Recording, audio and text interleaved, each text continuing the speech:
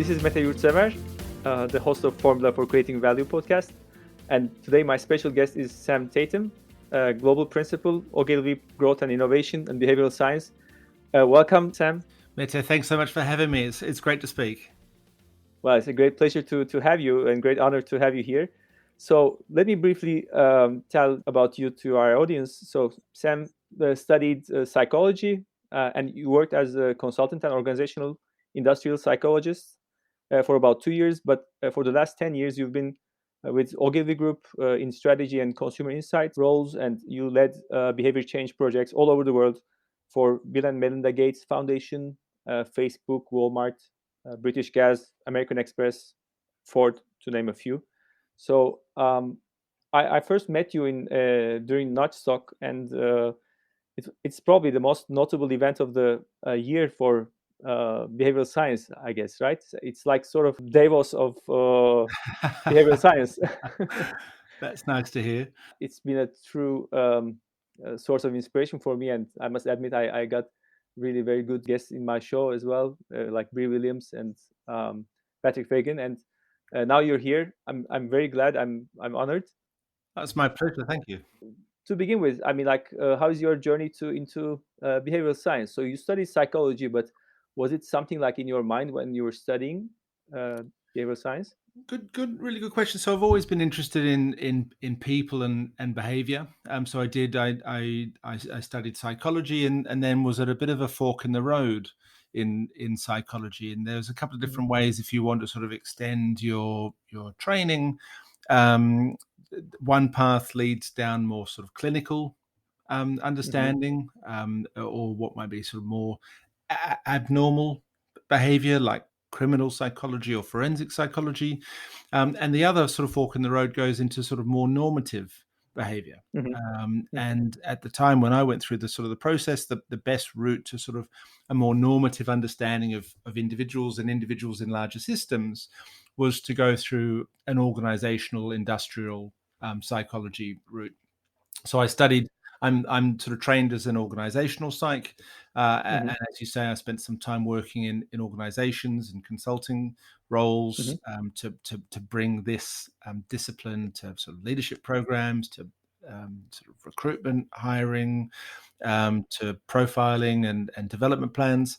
And then I had an opportunity to work in Ogilvy in Sydney, and I've always been interested in behavior, but probably more specifically sort of consumer behavior. So the prospect of working in an amazing agency like Ogilvy was supremely attractive, and I got a role as a what's called a planner. It's essentially sort of a strategist within the advertising agency. So I was a sort of a beginner planner there, and loved it. I mean, it's probably the best job going around, I think, being a planner in an agency. And then sort of several years as a planner, my boss asked me to bring sort of my psychology more sort of formally in to our work in Ogilvy Sydney, and that then sort of led to broader connectivity with the network. And we found that we had a business actually that was built just on psychology and behavioral science that Rory Sutherland and Jez Groom founded in about 2012. So we're sort of hit 10 years this year, which is exciting. Wow. And I had an opportunity to come and join the team about 6 years ago in the UK, and I've sort of worked there, then ultimately leading the UK business, and now have the great privilege of sort of driving the practice globally. Congratulations! You got it this January, right? Yes, my role shifted sort of early in the year. It's a similar role that I've been playing for a little while, but lovely to have that sort of formalized. But so also a good indication of sort of the focus our agency is putting behind this thinking. That we're really investing in growing capability in North America. We've got sort of great foundations there with Chris Graves, who you'll probably know through Nudgestock, and recently hired Heather Watson as a partner over there, who's wonderful and building that business in the US, and also in Asia. We have an amazing more sort of marketing shopper focused professional, and Paolo Mercado building the business out of Asia, and also sort of individuals in Australia. So we're looking to really sort of build up our presence and talent footprint there. Hmm. So agencies has always been into the business of changing behavior, right? And they always had their own methodologies about love brands and things like that. I mean, like Yes. they're always their own terminology and their own approach to changing behaviors. But it seems to me like Ogilvy really leads the way among other agencies on this behavioral psychology. Would you agree with that? I hope that's the case. I believe I mean I have great belief in what we're doing at Ogilvy, and as I said, I mean I think we are I has sort of dare to say the only business that's invested um, in the degree that we have in growing our practice for a decade. Right, there's not many players in our specific field that's sort of built that kind of team over such time. Hmm. Um, I think we're in a fortunate position in Ogilvy to have individuals like Rory Sutherland that many of the listeners will know of. If you've not, it's well worth looking up. And Rory was the president of the IPA Hmm. several years ago, and his key agenda was bringing sort of applied behavioral science into advertising agencies. So when you have someone like Hmm. Rory in your business, then you Right. were able to not just learn from him, but also as sort of it builds a culture of acceptance and prioritization of this kind of thinking. So Hmm.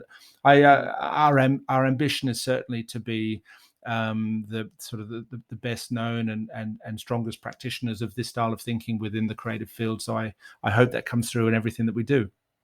Yeah, great. So I believe so. So what the clients are thinking? I mean, did you sort of like felt a sort of a difference? Do you feel some sort of um, like more acceptance or less resistance in what you're saying in terms of strategy? Are they more convinced? Yeah, it's really interesting. I think it's rare for me to have occasions where people disagree with us Hmm. or aren't convinced. And so I don't think. I mean, Rory and I would joke. I think he's had one bad meeting. I've had one bad meeting in the last sort of decade. So it happens, but very rare. So I don't think it's about convincing or seeing that there's an opportunity in this style of thinking. I think it's about Hmm. finding the right sort of problem that this kind of thinking can solve, and accessing the right budgets to Hmm. enable what is a process, right? Because Hmm. bringing applied behavioral science into to address a challenge or inform an organizational challenge. I mean, it's not just a one day workshop. I mean, to do it Sure. properly, we need to get the right insight, to do the right research. I mean, there is a process that's required. Hmm. So I don't think my experience has not been a role of convincing that it's a valuable lens. It's about finding the right challenge, and more so convincing the investment that this is the way in which we can solve the problem differently and meaningfully Hmm. differently to other approaches. That's what's always the question here, I think. Hmm. And I wonder, did it functionally, did it replace the strategy division, sort of the BS, or it's still like, or more like insights? Yeah, so so in certainly in Ogilvy, we're part of the growth and innovation business. So in Ogilvy, we have 5 different business units. So we have Ogilvy Advertising, we have our PR function, we have our Hmm. experience Hmm. business, we have our health business, and we have Hmm. our growth and innovation arm. So we sit within sort of what is a consulting unit, essentially outside of the broader advertising agency.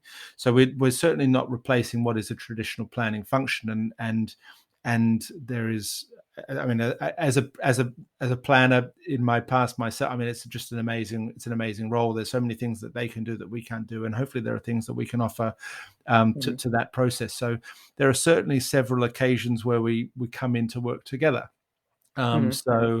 And that again is about finding the briefs that this style of thinking can be a different unlocker than more sort of traditional planning processes. And we've been fortunate to work in, I mean, obviously we have a bigger team in the UK, so many projects out of the UK, but work across the world with our advertising partners and planning teams to bring fresh ingredients to their brief and to great success in many instances. When we come together, we're better. Great.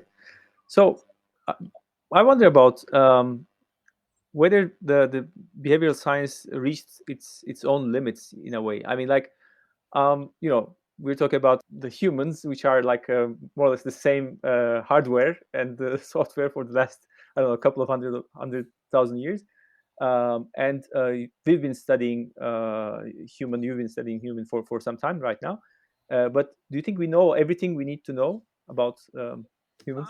I certainly don't think we know everything that we need to know. I think there's always more. I think and as you mentioned, there are some elements of our sort of evolved characteristics that Mm-hmm. that feel more consistent, but we're increasingly finding the role of individual differences. And there's a lot of, Mm-hmm. and many of your listeners will be familiar with a lot of the investigation and interrogation of Mm-hmm. behavioral science and some of the Mm-hmm. fundamental principles of behavioral science that have been discovered in very Western educated white small sample groups that have sort of become law, you know, but they're not necessarily Mm-hmm. representative of the human race. So Mm-hmm. I think now it's about there's been great advances, I think, Mm-hmm. in understanding some of these universalities and some of the more sort of instinctual biases and heuristics. But I think there's a huge role for us to better understand how these sorts of things differ and what are the sorts of things that we're missing because we've not had the opportunity to find them before, because Mm-hmm. it's been limited to university sampling. We've not been able to capture the sort of data that would be most valuable. Um, so I think there's a lot for us to learn still, Mm-hmm. and that's great. That's great, and I think, and a part of that is also unlearning the things we thought were true. Mm-hmm. And as samples become larger and questions change, we know that context is so important in how we respond and act and sort of forge in the decisions that we make. There's some elements that can be painted as being quite simple, but they're immensely complex. The Mm-hmm. more you understand. Mm-hmm.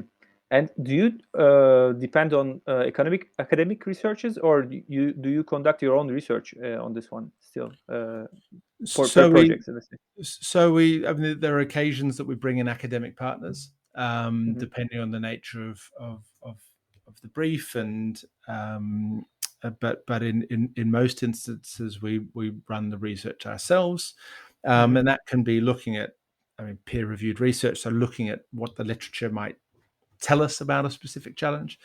Mm-hmm. But a lot of, as I said, a lot of the behavior that we're looking to understand happens in a specific context.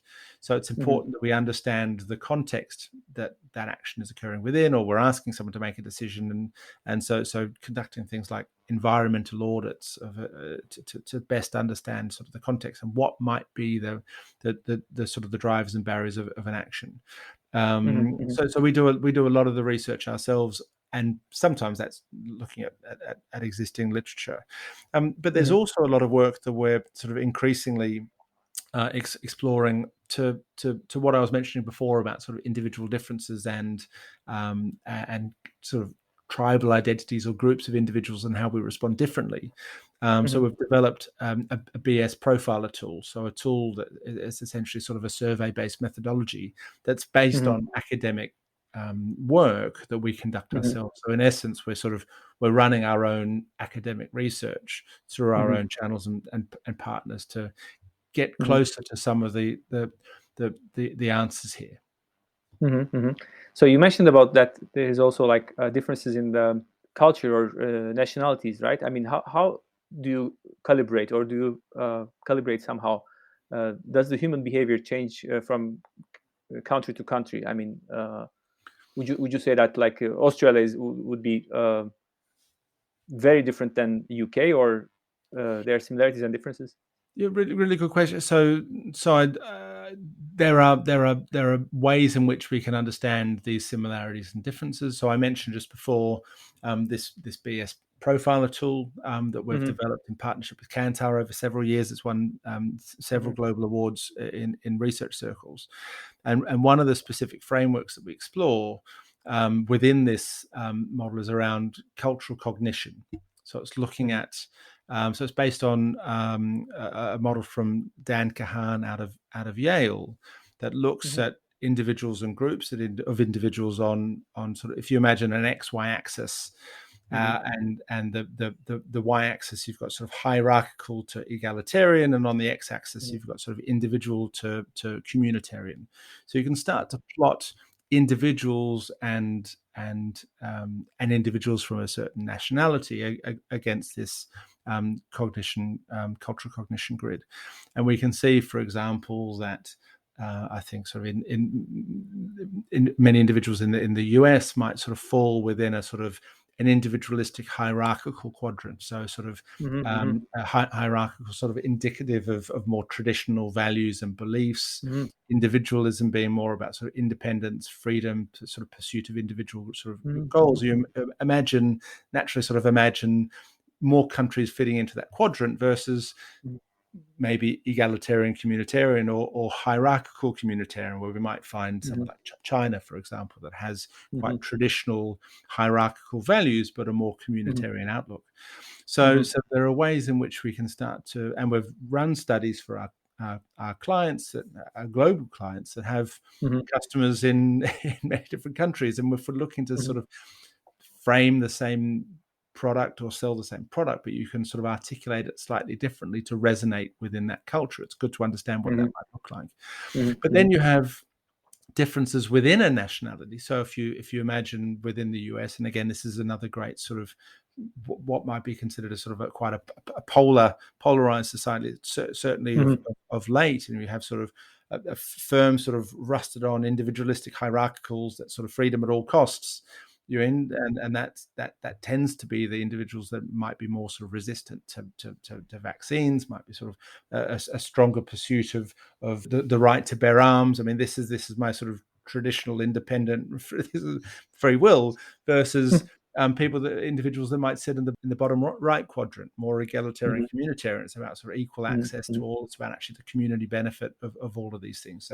So you can Mm-hmm. see within a specific country how the divide might exist, and that then helps us just to access individuals with the right messages at the right time, so we can actually frame something like vaccination in a way that's attractive to someone who has an individualistic hierarchical belief, just in the same way that you can frame Mm-hmm. it to speak to the common benefit for an egalitarian communitarian.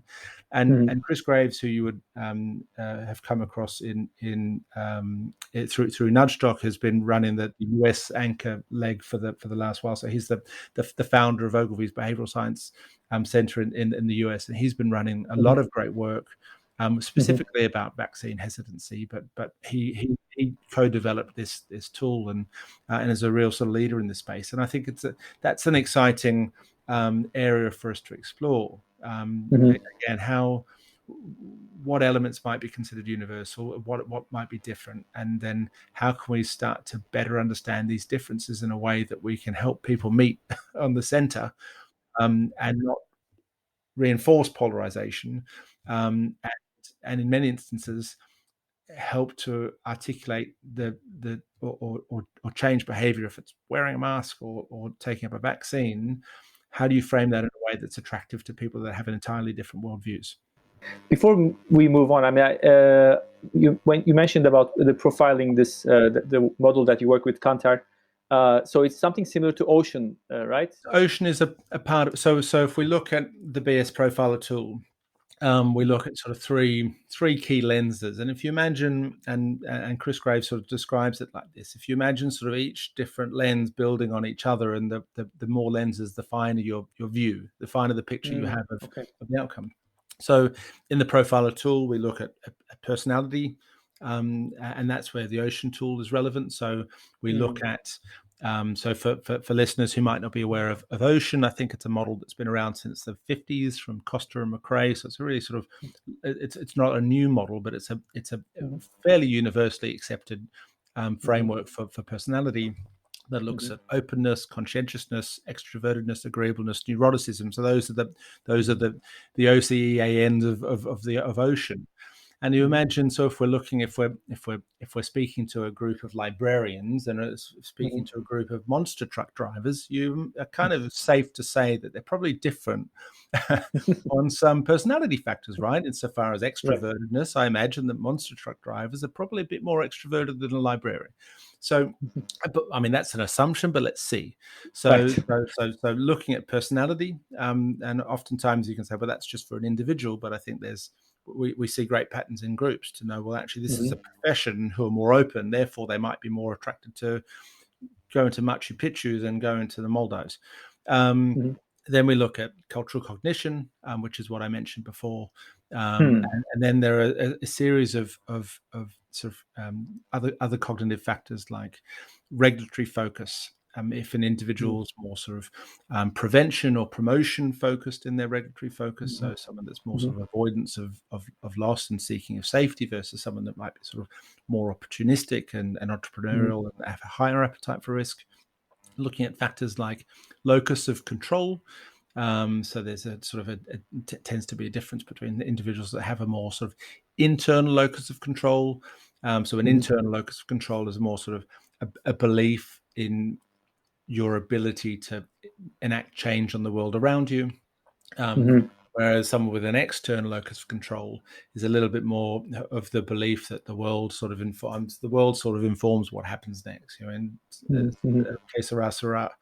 Mhm. And so again, if you're looking at individuals, you find, well, one group of people that we can access, or that sort of a key cohort, have a higher sort of external locus of control, Mhm. then maybe addressing this as like, you can do it, you can change. It might not be might not be the best approach. Because, Right. well, actually, this is just fundamentally. But if you can sort of inform it insofar as being there because things happen to you, because these are happening around you, then this is the Mhm. reason to change. So again, it's just Mhm.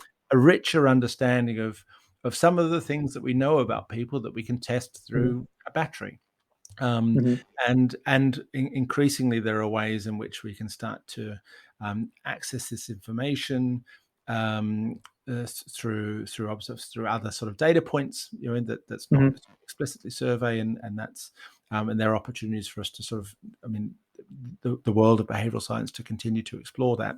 Mhm. But it's an exciting space. So just sort of long and short of it, it's sort of Ocean is a part of the profiler, but it's Mhm. not the same as cultural cognition. We see that as a separate part of accessing personality differences, Mhm. where we can look at worldview and other sort of cognitive factors that are important here. Mhm. Great. So on this point, actually, some people say that, I mean, since we have the big data, they already know our digital footsteps and everything. So why we need this? I mean, if we have the big data, if we can address people personally, I mean, do we still need to profile them? Do we still need to study it? Really good question. I think the data helps us with the what, but it doesn't Mhm. always help us with the why, and so it doesn't help us maybe as much to get ahead of the game. Mhm. So we can be quite specific that these people tend to do that. We don't know why, but this is what happens. So let's do that. Mhm. Mhm. And that's great for that set of circumstances, but it doesn't help us extrapolate forwards. You're in. Exactly. So it doesn't help us to necessarily say, well, because of this, we suspect that's driven by Y. Therefore, Mhm. in this circumstance, Mhm. um, the hypothesis is that Mhm. people will respond that way, and that can always be sort of proved and disproved, and that's science. Mhm. But it helps us to enter into sort of more hypothesis based extension rather than what is what the data tells us. I think Rory's got a lovely sort of comment that the one thing about data is it's all representative of the past.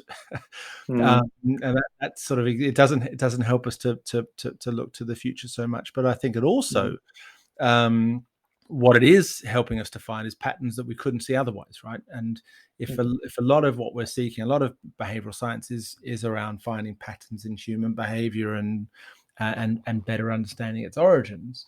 What the exciting part of having more data, more information, is to be able to sort of spot things or see instances of surprising activity that we Mm-hmm. wouldn't be able to sort of see otherwise.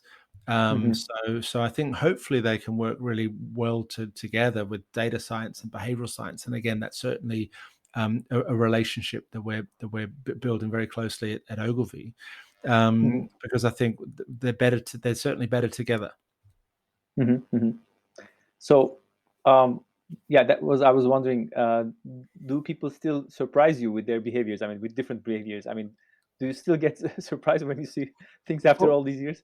Always. I mean, and when we run studies and put interventions into the world, again, there are things that you can be excited by or have a strong opinion that it could go one way, and people do surprise us. I mean, it's not a perfect science, Sure. but that's why it's important that we test things in context but when at least we're limiting our scope in. So it's like, well, here are four things that we can justify why we would put these out into the world. You'll Mm-hmm. find that one of them goes the opposite direction. And it's Mm-hmm. kind of important to understand that. And sometimes it's obvious in retrospect, because just like everyone else, you get in the same sort of echo chamber of a project. You're in and you think, Mm-hmm. oh, that's just kind of life working in business. As much as Mm-hmm. you try to get divergent views, you're gonna have some sort of confirmation as you go. And there Mm-hmm. are several instances of things that are more obvious in retrospect than we were expecting.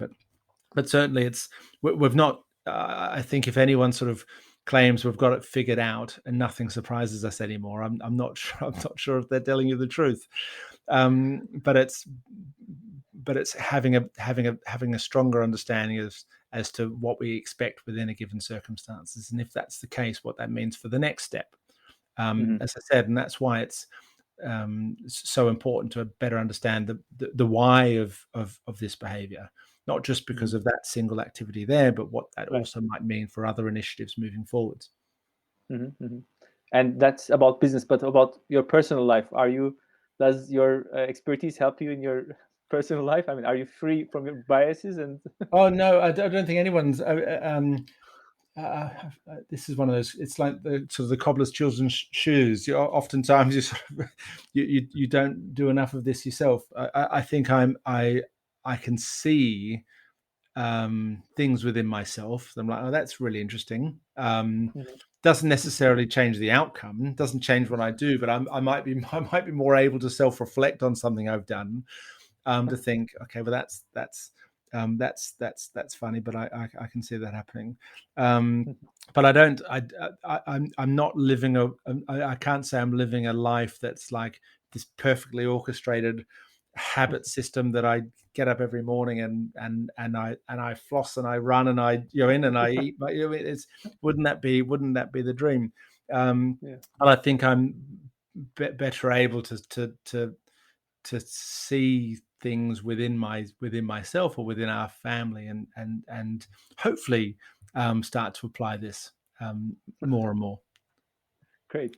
So you have a new book coming up in May, right? I already bought it. I'm waiting Thank for you. it impatiently. So evolutionary ideas, and I had just a glimpse of. I mean, you had a introduction of it, video introduction of it. So you make a sort of a parallel between the trees, as trees does for engineering, let's say. So That's right.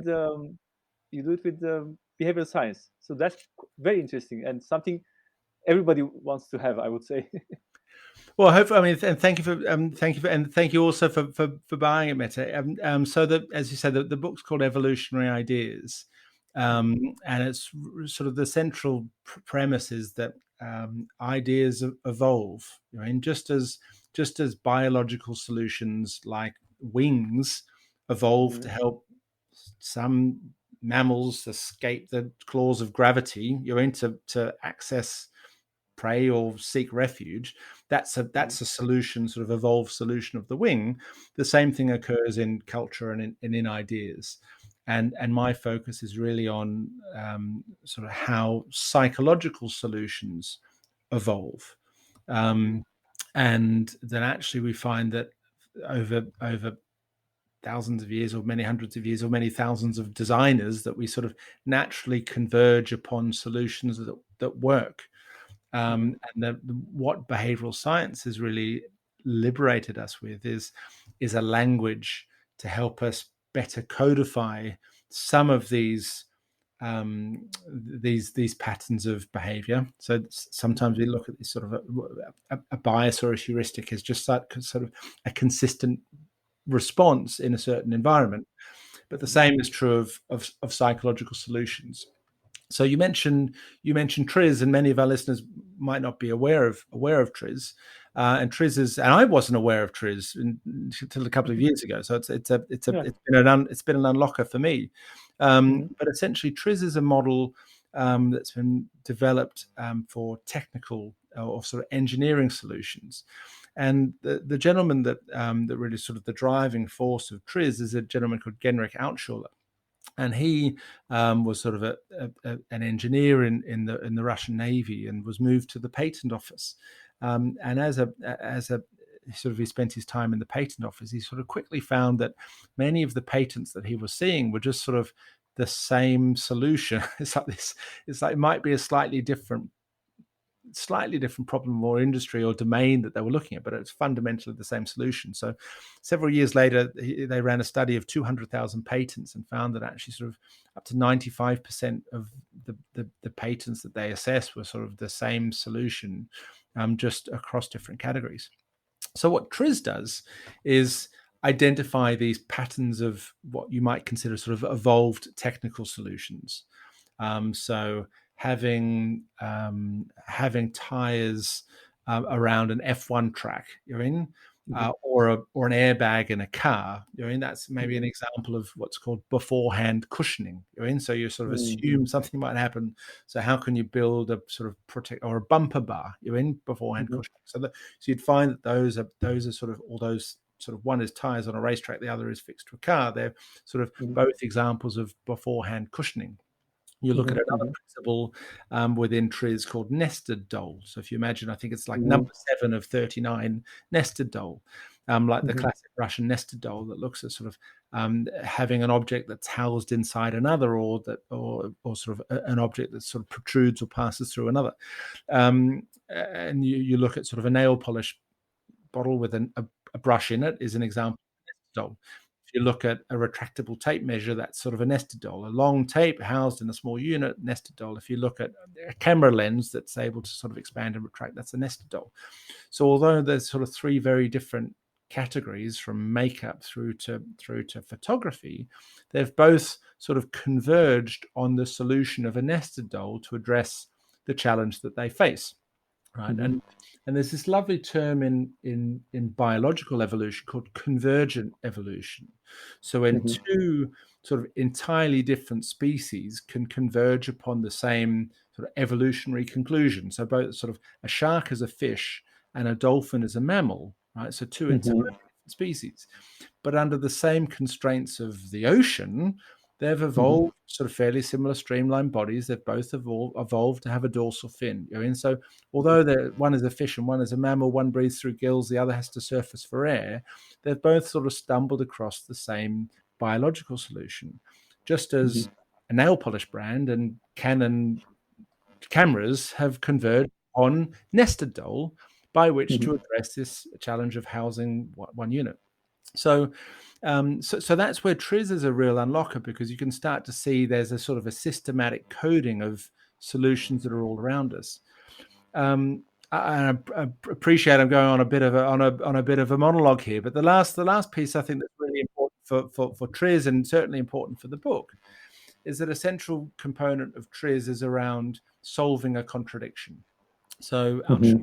belief that sort of innovation is the resolution of a contradiction. So if you need to Mm-hmm. sort of, how can I make this this longer without taking up more volume? You're in. So okay, that's a Mm-hmm. contradiction. That sort of requires innovation.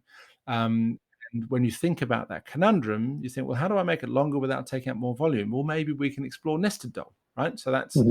Mm-hmm. So a retractable tape measure solves that problem. How do I make a bulletproof jacket strong enough to stop a bullet but light enough to wear? Like it. Mm-hmm. That requires innovation. So TRIZ helps us to identify what's the sort of the contradiction we're looking to solve, and it tends to be based on measurable entities like speed, weight, length, volume, size, all these sort of or sort of more physical, tangible, measurable attributes, and helps Mm-hmm. us to focus on, well, if you're looking to increase the strength without increasing the weight, then here's a Mm-hmm. list of maybe 5 principles that you should explore to help you to solve that. And what Evolutionary Ideas does in my book is now extends that to the realm of the psychological. So the same belief that there are evolved solutions all around us, just like the dorsal fin, that we can identify patterns of solutions, just like nested doll, but rather than being technical or engineering in nature, they're psychological. So we can find a commitment device. Is an example of sort of a psychological inventive principle. So chopping up your credit card so you don't overspend is a good example of a sort of a Ulysses contract, commitment device. Deleting your ex's phone number so you don't call them again after a couple of months is an example of a convergent evolution of a commitment device. So you can see these these behaviors that we do naturally over time, and but without the language of commitment device, it'd be harder for us to bring those two examples together. Just if Mm-hmm. we hadn't had the model of TRIZ and nested doll, Mm-hmm. it would be harder for us to bring together a nail polish brush and a tape measure and a camera lens. So Mm-hmm. that's really sort of the key premise of the book, that there are evolved psychological solutions, and we can begin to sort of maybe more systematically address some of the challenges we face now as a result of that. Mm-hmm. Genius. So I'm looking forward to read that. Oh, well, thank you. Definitely. So before we end, the last question is, what will be your tips for marketeers or for consultants who wants to integrate behavioral science into their practice? Where to start? How to proceed? I mean, any advice? Yeah, I think I mean there's a lot of what's great now is that there's a lot of information available online in training courses, and we've certainly invested time and effort with partners like 42 Courses All and right. Mindwork. So there's training that's available if helpful. But I think for individuals who are who are keen to explore this, I mean the nice thing is that um, I mean, in a roundabout way, oftentimes when I'm interviewing or people are asking how they get into the industry and they're already in a job, you're in. Mm-hmm. It's like, well, you Mm-hmm. can already be in the industry, you're in. Mm-hmm. If you're working within an organization, you can sort of see how you might explore different initiatives to encourage people to take the stairs and not take the elevator.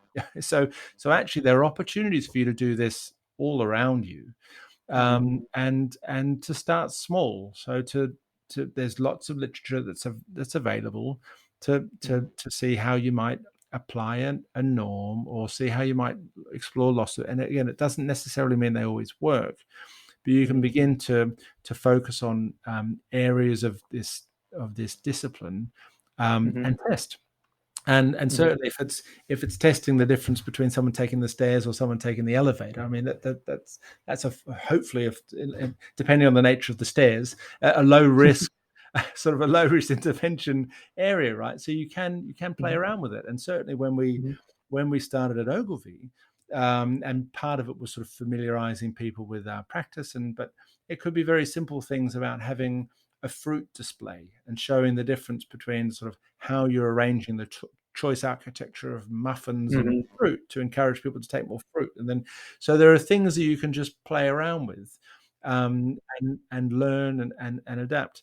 But there is there is a sort of vast amounts of resources now to help to sort of get some of the fundamental tools. The biggest Mm-hmm. thing then for me is giving us permission to approach a problem in a slightly different way. And that's where I think it's most important for us to play with behavioral science. I Mm-hmm. think, and I've sort of learned this certainly within Ogilvy, that we're by no means the holders of the keys when it comes to effective creative solutions. We are a business that has ideas that are born every day that would give you goosebumps. It's amazing. But for us, I think it's about what are the sorts of ideas that we wouldn't have got to, or we wouldn't be able to sort of sell in or implement if we didn't have the science to support us. Um, Mm-hmm. and sometimes that can be because it's quite a counterintuitive idea, right? So we've done work in factory safety, and one of the most successful sort of interventions that we did was about helping workers feel at risk when they're working, and that sounds like not not a sort of not a strategy that tends to go down easily. But if you can understand actually the safer people feel, the more risks that they take, that they have a false sense of security.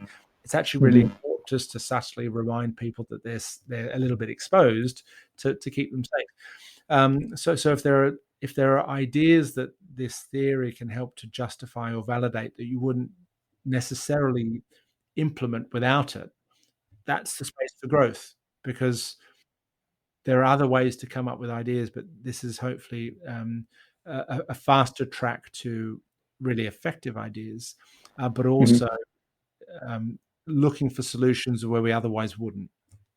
Kahneman got Nobel Prize like 20 years ago, right? But still, I believe behavioral science has a big, huge room to go in terms of recognition. I mean, like awareness of business world, especially. I mean, we are still, I think, in the early phases of it.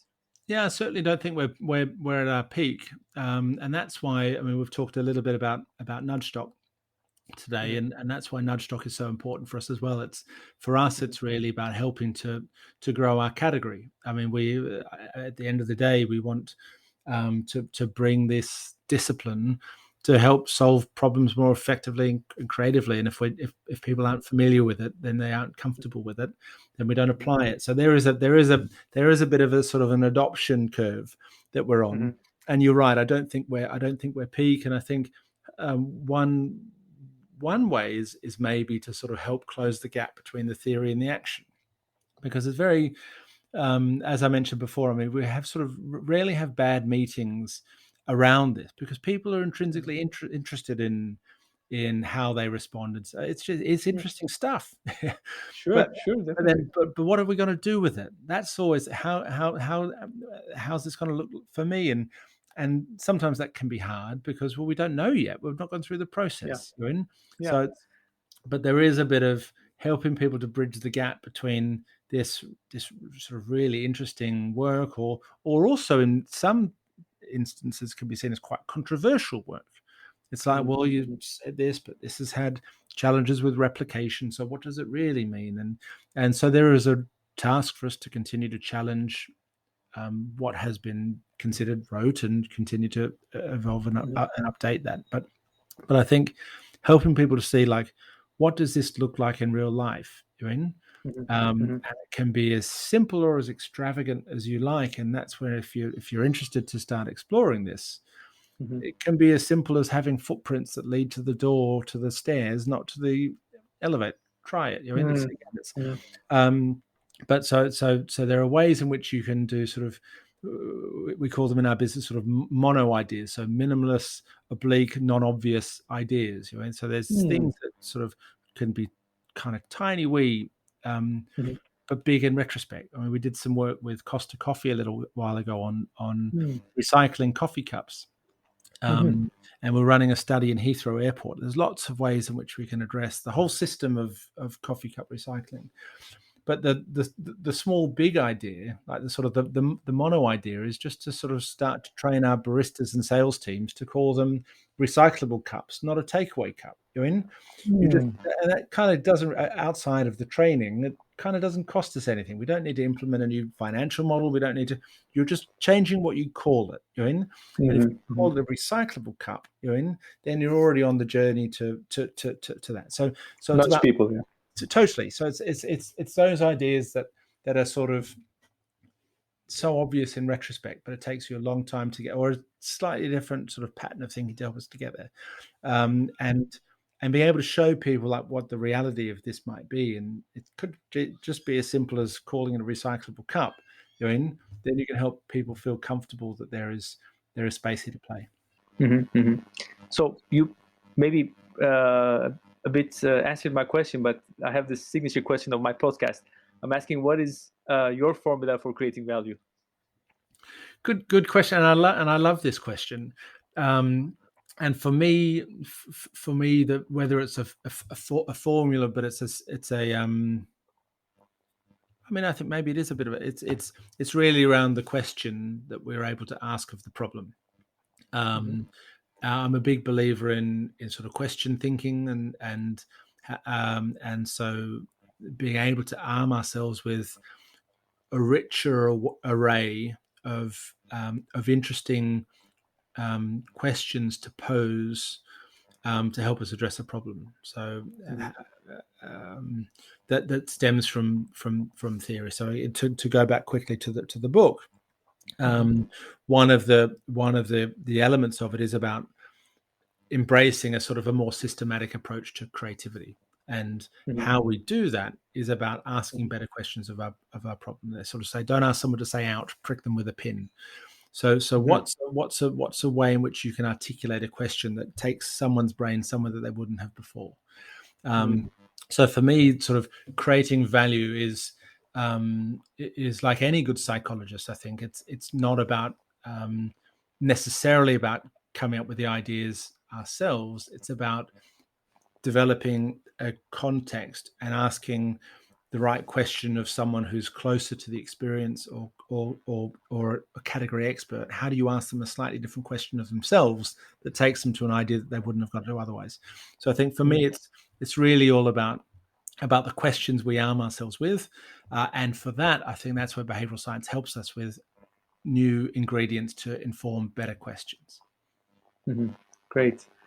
Well, Sam, thank you very much. It's been a great pleasure and honor to have you here. So how our audience can reach you? I mean, I'll definitely leave a link to Amazon Kindle version of your book. But Thank you. What would you prefer? I'm certainly. I mean, I'm on LinkedIn. So if people hear this and love to reach out, I sort of always do my best to get back to people and speak to people as I can, and looking to get into our industry. It'd be one. I'm immensely proud of the book. I think it's there's a lot in there for us to hopefully step change our industry. And really help us to bring behavioral science into the core of innovation. So so if that feels of interest to you, if you're interested in psychology, creativity, and sort of evolution, hopefully this is a book for you. So that's that'll be available via Amazon from the 10th of May. So just a big thanks for having me on the program, and really looking forward to speaking again soon. Great. So, I mean, any hopes for the Turkish version? I don't know, but I don't know if there are any. I'm not sure. Look, this is where I find out new things all the time with respect to it's. I've not gone through this process before, so look, I'd love that. It's funny what these things now begin to take on a world of their sort of a world of their own. So hopefully, certainly, I sort of leave that up to the publishers and the distribution, but fingers crossed. Yeah, well, I can now say there's a big market in Turkey that we need to exploit. So we need to get it, guys. Great. Thank you very much, Sam. Thank you. My pleasure. Hey, thanks so much, Mete.